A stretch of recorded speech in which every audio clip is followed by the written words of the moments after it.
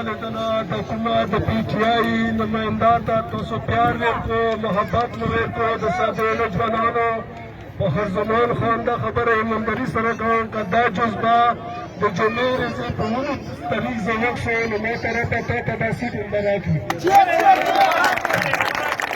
زما عزتمندو، موږ ته الله تعالی یو داسې عقل راکړی دی چې مخکې تقریر کې ما دا خبره کړې وه چې 100 کاله مخکې خبره وکړو، نو 100 کاله بعد دا خبره زموږ یاد وي. زما عزتمندو، لږ سوچ وکړو، لږ عقل نه کار واخلو.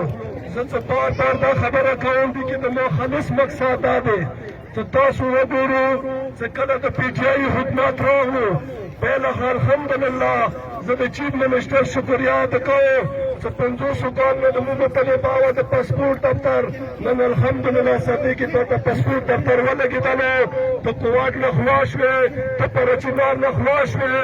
دا د الله مهرباني دی، د دغه پی ټی آی مهرباني دی. زما عزتمندو، لږ سوچ وکړو.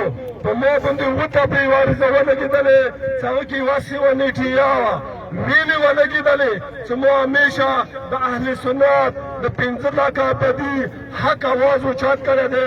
نو هغه دفعې مو ختم کړلې، مو غټ غټ وکیلان ونیوو، ویلې چې زه بې ګناه وم. مو خالص اواز د سني قوم اوچت کړی. زما عزتمندو، لږ عقل نه کار واخلو. لکه څنګه نن تورای قوم دی چې انجمنې کښېني، سوچ سمجھ ورباندې وکړي، جرګه ورباندې وکړي.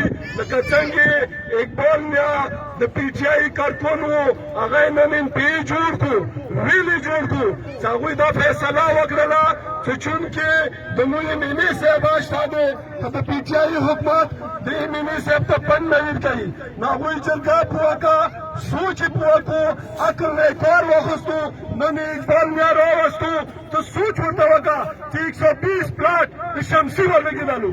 زما عزتمندو، ما دا خدای نه امید دی که فخر زمان خان د پی ټی آی نماینده راغلو، دا سده به ته وسې چې شپه ورځه به رڼایي. زما عزتمندو، زما هېچا سره نه جنګ شته، نه لانجې شته، نه جګړې شته. خو زه دا بار بار دا خبره هم دې وجې نه کوم چې تاسو پر رب یقین وکړو چې ځمکه اسماني پیدا کړي دي، چې عمران خان یو ځلې دا اعلان کړی دی چې دا ملک چا تباه کړی دی، هغه ته به زه یو پنډ نه ورکوم بغیر د پی ټی آی نماینده نه، بغیر د پی ټی آی امیدې نه. زه تاسو ته سوال کوم، زه تاسو ته اپیل کوم چې نن سوچ وکړه، نن عقل نه کار واخله. تاسو ته پته نشته چې کله په سدې کې نوجوانان راپاڅېدو، د پی ټی آی حمایت جذبې سره هغو خلکو یوه جرګه وکړه، هغې جرګې والا ته زه پیغام ورستوم چې هغوی دا فیصله وکړه چې سادې نوجوانان راپاڅېدو په جذبې باندې، میندې میندې په جذبې باندې چې څنګه توري قوم سوچ کړی، داسې به موږ د پی ټی آی تغیر کوو. خو زه ورته دا پیغام ستوم چې تا کومې پیسې مخته کې سادې ته، رشپا ته، هغه دغه نوجوانو ریجیکټ کړلې. عزتمندو، زه تقریر نه اوږدوم، نور چوپه خبرې کوي، خو زه تا ته بھرپور دا سوال کوم، دا اپیل کوم سني قومه چې ځان باندې رحم وکړه. که دا بېرته تا ووټ ورکړو، دا به یو تاریخي 2.5 کاله حکومت د پی ټی آی پاتې دی. لکه څنګه بله زه وزیر اعظم په تقریر کې ویلو چې فخر زمان خان انکوایري ما وکړه، کرپشن دی، خو دا علاقه متاثره دی، اپریشن واري دی. دومره پنډونه به ورکوم چې دا به یو تاریخي.